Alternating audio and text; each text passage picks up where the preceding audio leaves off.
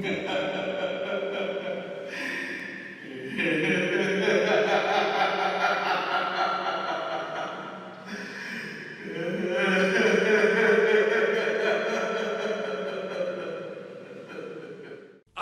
a lumberjack and I'm okay. I sleep all night, I work all day. Time to look at an Asylum movie that technically isn't an Asylum movie, since it wasn't produced by anyone related to the studio, but the Asylum still claims it on their website, technically making it an Asylum movie. Yep, another one. For those groaning about how many detours we've taken away from the Asylum's main catalog, and who just want me to focus on the studio's mockbusters and creature features, don't worry, this is the last one for quite a while. And that's the introduction. Yeah, I don't have any anecdotes leading up to the making of this movie, and I think I already fully rambled about the Asylum's distribution work in my last 2 non-canon Asylum movie reviews, so let's just cut to the chase and talk about this slasher movie that the studio to this day wants to be affiliated with, for reasons unknown. In northern Alaska, 2 bloggers read the journal of the satanic serial killer Bloody Jack, accidentally resurrecting him. A few days later, a group of young adults are camping in the woods, where they are picked off one by said serial killer. No, nothing in this movie is worth justifying with a question. So, I have good news for the Asylum's detour flick. That Gummin likes is going to come back in style. Also, it's no longer the most stock, bare-bones horror movie I've ever seen. As much as I harped on that movie for being the most unoriginal slasher killer flick ever put to disc, I can now say in hindsight that it did have some qualities. At least the script was comprised of a bunch of overused cliches. At least the gore effects were impressive when they happened. At least the psychopathic cannibals had some kind of manic energy to them, especially the main killer and his impressive rebar claw. At least that movie had a cast of interesting characters. Okay, one character, but still somebody I remember. And at least the movie had some understanding of build-up, timing, and payoff. Now, I don't want to give the impression that I'm softening towards that movie. It's still god-awful and one of the biggest wastes of time I've ever experienced. But even what I originally dubbed the Asylum's worst slasher film looks like Halloween compared to what I just had to sit through. You want to know what happens in this movie? Teens go to a cabin in the woods and get killed. Boom, 11 words. If the script was a Twitter tweet, it would need 1 million hashtags to reach character limit. If Detour's script was a free template pulled from some random website, this movie's script was the words entered into the Google search bar to find said template. And with that, I'm legitimately struggling to come up with anything else to say. 99% of the movie's runtime can be summed up with people go into forest, killer kills them. There's an even shorter summary for you. Okay, a sheriff shows up for, 10 minutes right out of the blue, and believe it or not, that's sort of a plot point, and he just says and does all the stupid things the doubting sheriff does in every other lazy horror movie, before inevitably getting killed. Otherwise, it's just people walk across the screen, sometimes open their mouths and flap their lips like a fish for all the useful dialogue they spew, and they randomly get slaughtered in some of the most underwhelming kill shots I've ever seen. It's a very bad sign when one of the most memorable parts of your slasher movie is the "there's something out there, go check it out or you're not getting nookie" exchange. And said exchange doesn't even end in a kill. Alright, the movie does throw us for one loop. At the very beginning, Bloody Jack is resurrected by one of his descendants, who he then proceeds to kill. Yeah, usually in slasher movies, it's someone related to or affiliated with the killer who ultimately sends them back to hell. But no, he's gone in the first 10 minutes, leaving us with a completely different group of strangers. Like someone stupidly got their entire plot-crucial party killed in an RPG, so the Dungeon Master has to quickly cobble together some character sheets in a desperate attempt to save the campaign. It's the other guys, if you couldn't care less about the original guys. But if the first group elicited no interest whatsoever, the main group we follow is the very definition of tedious banality. I cannot tell a single character apart from another. They all have practically the exact same personality. Anything they say or do could have been said or done by any one of them.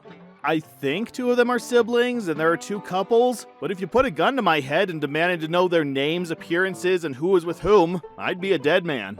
Again, as much as I harped on how uninteresting the cast of Detour was, at least I could tell them apart. I could tell the horny one from the other horny one. Every member of this group is so boring and interchangeable, they might as well be air. The movie could have been 100% forced B-roll and have left just as much impact, if not more.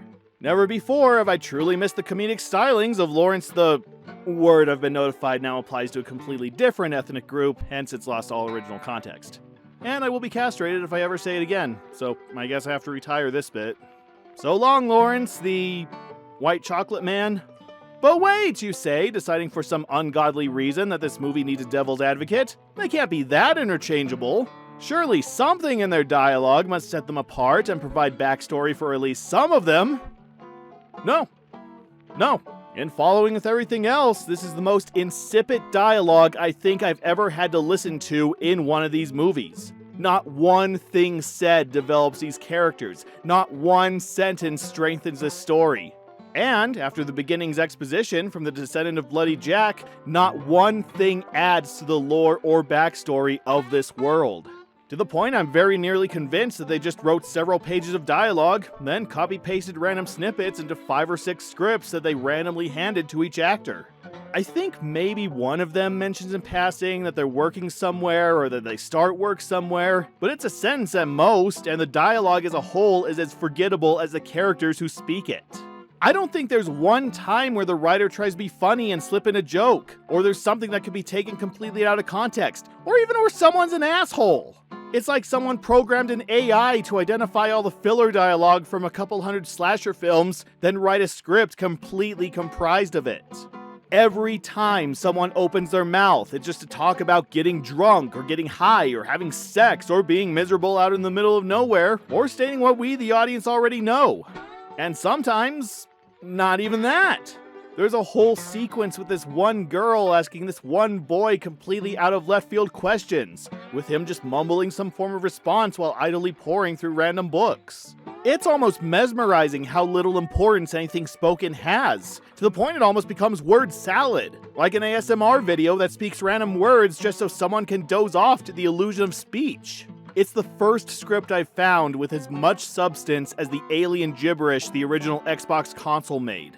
And Lord knows I wouldn't mind playing Jade Empire right now. Heck, I'd even take Blinks at this point. Okay, fine. The leads are so unforgivably bland that they make white bread look like Doritos Pop-Tarts. But hey, this is a slasher movie. We're here for the mysterious killer and the crazy ways he thins the herd. If the killer is engaging enough and his kills over the top brutal, this could still be an entertaining experience to sit through. And this is the most boring slasher villain I've ever seen. Not just for an Asylum movie, but any slasher movie I've ever seen. Really, his appearance alone sums it all up. Oh no! Some guy with a slightly blistered face and moth-eating hunting gear someone found lying in their garage. From a studio that, even with their reputation for minuscule budgets and super rushed production schedules, has still given us killer scarecrows, shape-shifting demons, zombie-mad scientists, and inbred cannibal mountain people. Even the regular-looking guy from When a Killer Calls still gave off a super unnerving creep factor that made my skin crawl. This is just some guy with an axe and a wardrobe pulled from the dumpster of an LL Bean. He's as unremarkable as they come. And once again, even Detour tried harder than this. For their main monster, at least. And that's his entire shtick. He's a guy with an axe who appears sometimes to chop people up. And he's completely mute. We don't even get a grunt or an oof or evil chuckling. He just wanders silently through the forest. Which might be fine if there was some intrigue to him, some fun trait that requires for him to be silent. Like, instead of mysteriously teleporting out of nowhere, how fun would it be if he actually had to track the people we're supposed to want to see survive? If we had scenes where he analyzed footprints, reacted to the markings on the trees that the group accidentally left, carefully kept out of sight so he could sneak up on others, that would be interesting. Maybe he could even set up hunting traps to snare his victims, and the survivors only survive by turning the tables, Predator movie style. Or what if his axe could control foliage to ensnare people, or bring dead critters to life to attack others? There's a lot that could be done with the idea of a zombie outdoorsman. And they don't. And there are apparently no rules to what he can or can't do. He can teleport into the back of a police vehicle, yet he has to walk through a door to get into a cabin. He can turn invisible, yet we have multiple shots of him walking around sharpening his axe. He has no problem with killing people on the spot, except for this lady, who he has to tie to a tree first for no reason. And he's allegedly immortal, yet bullets still kill him. For like half a minute. I don't know, is it like a Jack Harkness thing where he dies and has to wait for a few seconds for time to put him back together? I'm sorry, but when you create a slasher villain with no rules, that doesn't make him any more menacing. That makes him boring. Especially since that means that they can just go anywhere, kill anyone, and the movie should be over in 5 minutes. Even super overpowered slashers like Freddy Krueger still require their victims to be asleep before they act. Unless we're following Nightmare on Elm Street 2 rules. That is, no rules. And since the movie's given up on the how, I guess we can also throw out the who, what, when, where, and why. Because, apart from some very vague details, we don't know thing one about this guy.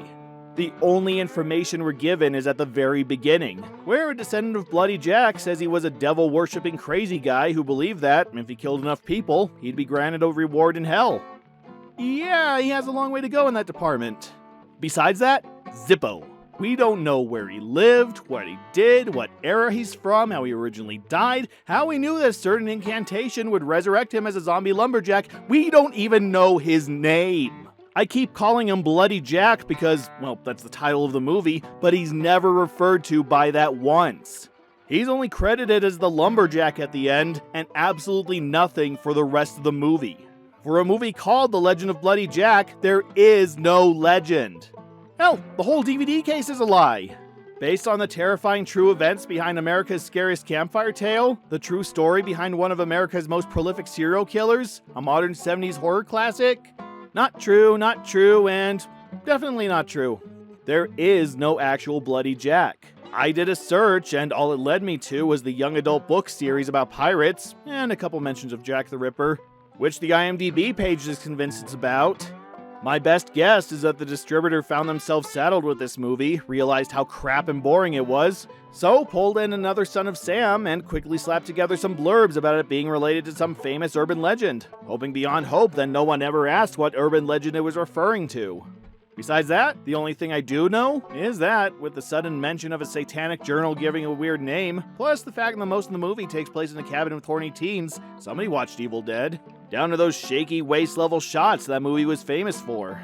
I'd say the only thing that could save this movie is Bruce Campbell rushing in to slice Bloody Jack in half with his chainsaw hand, but we're too far gone for even that to get a rise out of me. But at least the kills are fun. No, they're not. It's just a guy chopping people with what must be the sharpest axe in the universe, and the editing during the kill shots is so quick and, well, choppy, half the time I can't even tell what's going on. It's bad enough that we couldn't care less about anyone about to be literally axed off, but the kills are either over too quick or they're drawn out to the point they lose all suspense. The movie does at least utilize sudden horror stings and dramatic music cues, but most kills happen almost immediately after and nobody has a chance of getting away, so the atmosphere disappears faster than a popped balloon. Inversely, we get a 3-minute sequence where Bloody Jack is hiding in someone's room. So she has to wake up, get out of bed, slowly walk over to the doorway, look through said doorway, look around her immediate area, notice the curtains, despite nothing about them seeming suspicious, slowly walk back around the bed, get into bed, close her eyes again, wake up again, get out of bed again, slowly walk over to the curtains, draw them back, and axe to the face. Because, despite Jack having no problem killing people out in the open, for this one scene he has to be that prankster who's been waiting all day behind the drapes with a water gun and camera. Something he never does again, and had no reason to do in the first place. But hey, gotta reach 80 minutes somehow. Because even long shots of titties can get boring after a while. Alright, if I had to say one good thing about the movie, there are no Deus Ex Machinas. Everything they need is found in a logical place where someone might find it, and they take it along because they think it would be useful. The local sheriff that randomly shows up just looks around for a bit, then leaves, so they don't magically find a complete arsenal in the trunk of his car to fend off Jack with. The gun they do use is always kept in the glove compartment of their car, a car they can't drive because the guy with the keys was axed off far into the woods, who also had their phone. Now, while running from Jack, they come across the body of the guy at the beginning, where they find his video camera, which turns off at the worst time since he established it had battery trouble, and a flare, which they take along since they think they can flag down help when they get far enough out of the woods, which becomes a plot point, so remember that for later. Seeing as how they wrote a killer with absolutely no rules, you'd think the movie would be packed with random coincidences, and Bloody Jack would be defeated because the Tooth Fairy was vacationing nearby and threw an atomic bomb out her window. So it's a little unexpected that there would be a logical progression to each action the survivors take. It's just a shame that getting from action to action takes so long, you'll probably have forgotten there was a path to begin with. Especially when, and if, you reach the third act, where there are only 2 people left. Jack, I guess, decides to take a vacation for 20 minutes, and we're stuck listening to a couple we don't even know the names of whine and dither. It's so boring, I'm just going to spare you any more of me trying to coherently summarize the plot, and just skip straight to the next part of this review. You can thank me later. While you wouldn't think anything of value would be associated with this movie, a couple actors did go on to a decent acting career, some even still active today. Craig Bonacorsi only featured in a couple projects, but he had a recurring role in the short-lived Richard Dreyfuss college drama The Education of Max Bickford. Erica Curtis, credited here as Erica Hogue, has been in stuff, including American Horror Story. Josh Evans has made appearances on some very obscure and short-lived TV and web shows, and Conan. Travis Quentin Young is a longtime actor, and has done background ADR work for some notable projects. Gareth Brawith had a long movie career doing everything, including an appearance in the cult classic mockbuster Jurassic City.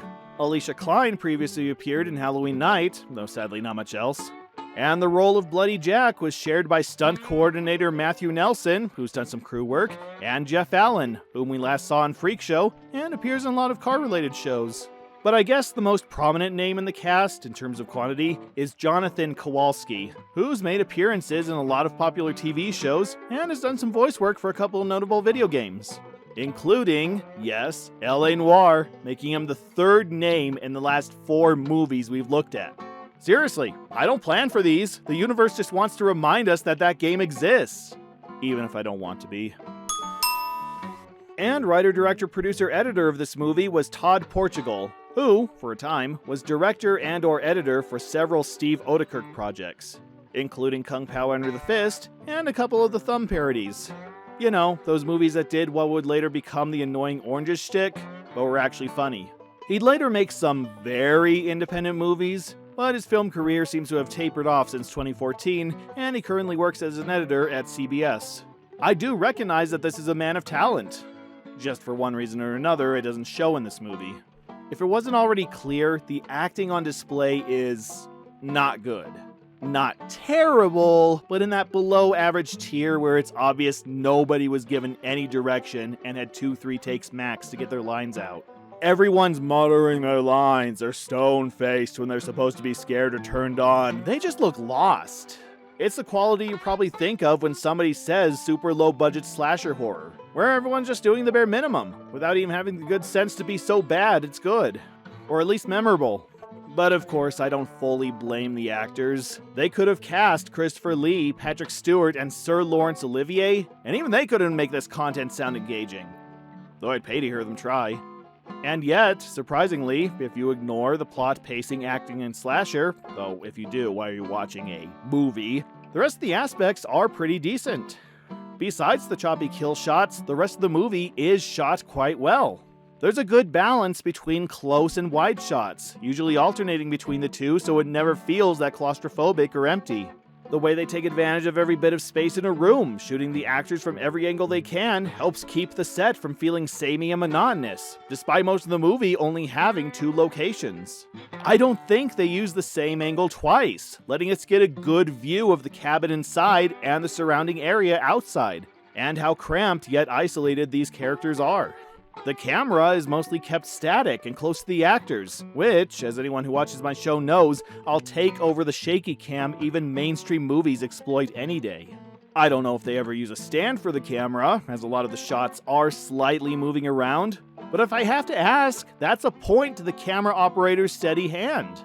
And when the camera does have to move, it's slow, controlled, fluid, like it naturally belongs in this environment, expertly tracking the actors as they calmly walk or frantically run, while keeping the framing consistent, with some shots truly giving the impression of being watched. Why couldn't the camera be the slasher? Have everything happen from the POV of the killer. Let we, the audience, imagine our own zombie lumberjack. It could be the Hardcore Henry of slasher movies, with 90% less Indiegogo fraud. The sound balance is quite good. The audio levels are kept consistent throughout, with nothing overpowering any of the dialogue, nor any sudden peaks or pops. There is an echo when they're recording inside the cabin, but it's kept to a minimum, to the point you might not even notice unless you're looking for it. And someone speaking in the background is just as audible as someone in the foreground. But the exterior audio is where the editing truly shines. A lot of the dialogue was clearly recorded and dubbed in later, but again, you kind of have to be paying attention to notice. I didn't catch any shots where one line was audibly recorded differently than another, and it's all kept at the same volume as the lines recorded indoors. And, for the most part, the lines sync up with the actor's lips, with no visible delay like we had in Freak Show. There are a couple fleeting shots where the actor's lips are moving and they're not saying anything, but I can at least say I heard every line in this movie. I care as little as I possibly can what they have to say, but at least I heard everything. Effects are... yeah. They clearly didn't have a budget for anything too over the top, so their props are mostly relegated to whatever they could find at Spirit Halloween or the dumpster around back of their local butcher.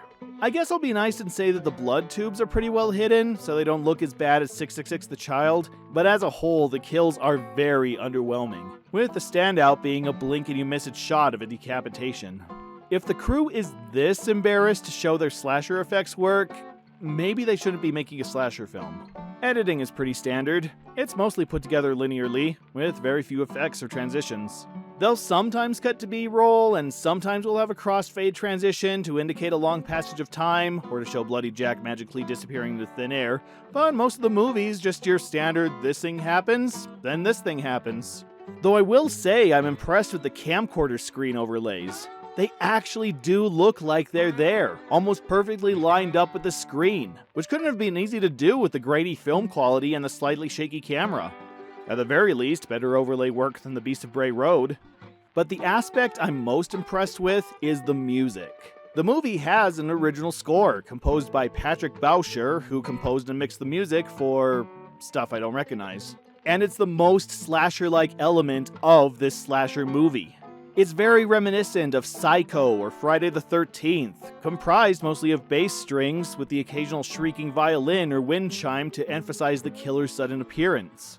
Okay, I'm not going to be humming it anytime soon, but it's a perfectly serviceable score that's too good for the movie it's scoring. But even more surprising is that the movie has a soundtrack. Every once in a while we'll get a pop or rock song, either playing in the background or emphasizing one of the movie's many sex scenes. I'm not going to be adding any of them to my playlist, but I am impressed they were able to convince the local bands they were playing down at the nearest club to contribute to their movie soundtrack. But my absolute favorite is the rockabilly song they chose for the end credits. It all comes down to who dies first. This is Who Dies First, performed by 7K.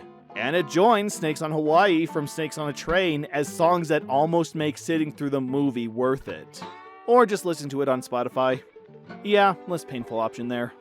Now, as much as I've ragged on this movie for being one of the most stock, boring things I've ever seen in my life, I'll admit things start to pick up in the last 10 minutes. The two survivors find the road and manage to flag down a passing car, which is apparently driven by the most skeptical woman in the county because she doesn't buy their story for a second, even when they try to warn her that Bloody Jack is right behind her. Okay, it doesn't last long to be truly funny, and if this lady is so unconvinced, why is she even entertaining their claims and not immediately driving away? But I admit I got some amusement out of this scene. And then Bloody Jack kills her, and just dicks off for about 5 minutes as they try to start the car, only to reappear and resume attacking our survivors. And remember that flare they picked up? Well... okay, that was badass. But the true joy of this movie comes from its ending. For you see, this entire movie, from when the group arrived at their cabin to the two survivors walking hand in hand down the road, was all a story. Yep, the movie pulls a scarecrow and states that all these events were simply a campfire tale being related to the others by one of the group trying to figure out how an attack by Bloody Jack would go down. So the down phones, the sheriff showing up out of nowhere, the constant arguing and standing there screaming instead of trying to help? Just all bad storytelling, which even the other campers at the end harp on. I'll admit, I did not see that coming, nor was I expecting this movie to have that level of self-awareness. And it's good to know that this guy has such a low opinion of his friends that he describes in great detail how most of them get horribly murdered, including himself and his sister halfway through. And were the others really just sitting there listening intently as he went into detail about some of them naked in the shower or bonking like horny wildlife? Because I would be very concerned if a friend was this comfortable describing my family jewels to the rest of the troop. Especially if he adds that I get my tree chopped off while I'm taking a leak.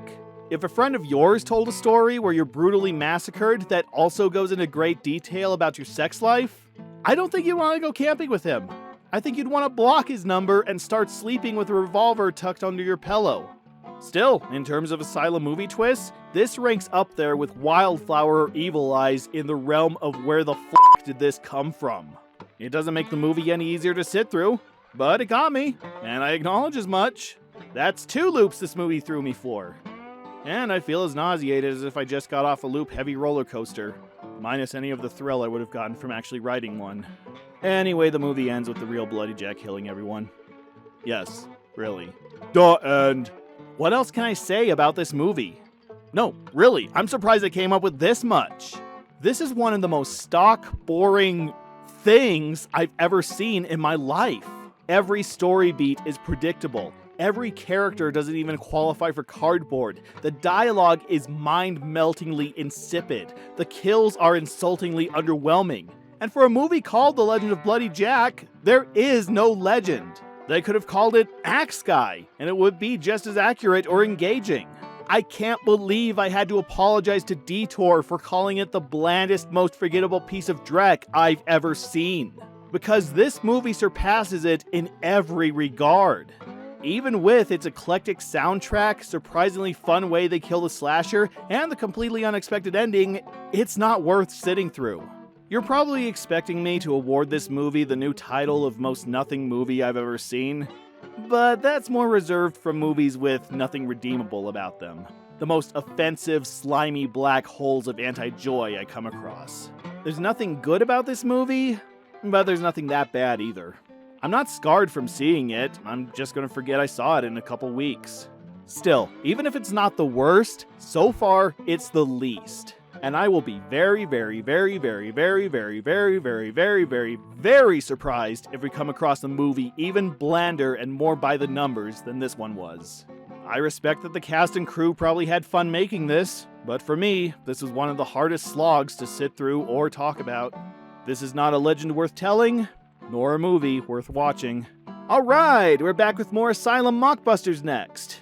And unlike what this movie claimed to be, this film actually has its roots in an urban legend. Is it a better story to tell around the campfire than this? Well, yeah, by default, but come back next time to find out how much better of a story it is.